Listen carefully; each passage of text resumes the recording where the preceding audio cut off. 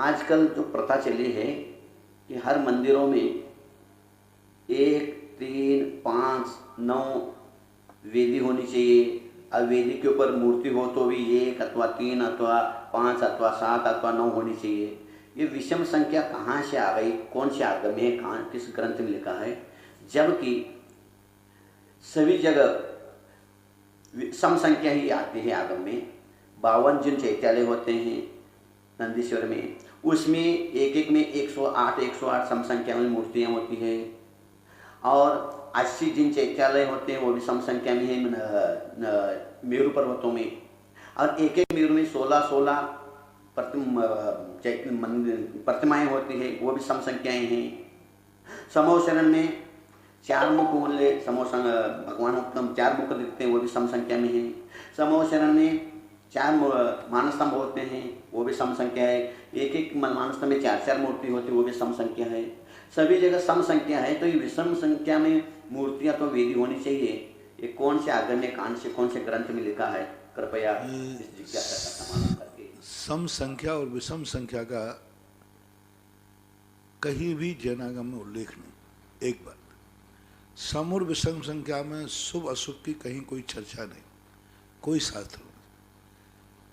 ये कोई को भी इस प्रकार का विकल्प नहीं करना चाहिए कि सम मूर्तियां हैं इसलिए अनिष्ट हो रहा है, सम वेदी हैं इसलिए अनिष्ट हो रहा है। नहीं, कदापि नहीं, ऐसा कोई भी उल्लेख नहीं।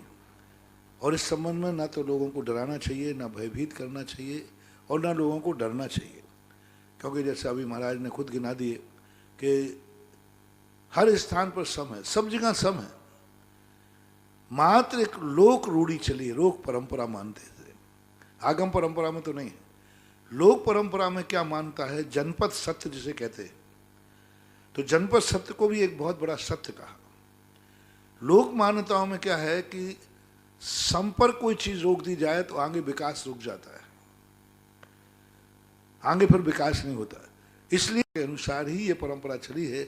और आज भी लोक में ये मान्यता है, लोक व्यवहार में ये लोग मानते हैं कि सम को ठीक नहीं मानते, विषम को मानते हैं। इसका दूसरा, वास्तु के अंदर जब सीढ़ियों का निर्माण की बात आई तो उन्होंने एक विषम संख्या का उल्लेख किया कि ऐसी विषम संख्या जिसमें 3 का भाग देने पर भी विषम शेष रहे, तो उसके लिए विषम संख्याओं में सीढ़ियों को बनाने की परंपरा मानिए। लेकिन आगम, जैन आगम के अंदर कोई सम, ज्योतिष शास्त्रों में भी सम और विषम संख्या के संबंध में कोई चर्चा नहीं है। इसके लिए कोई ज्यादा मान्यता नहीं देना चाहिए। लेकिन कोई विषम करता है तो उसको भी अपन को निषेध नहीं करना। सम है तो डरना नहीं, विषम है तो डरना नहीं। ठीक है, दोनों चलते हैं।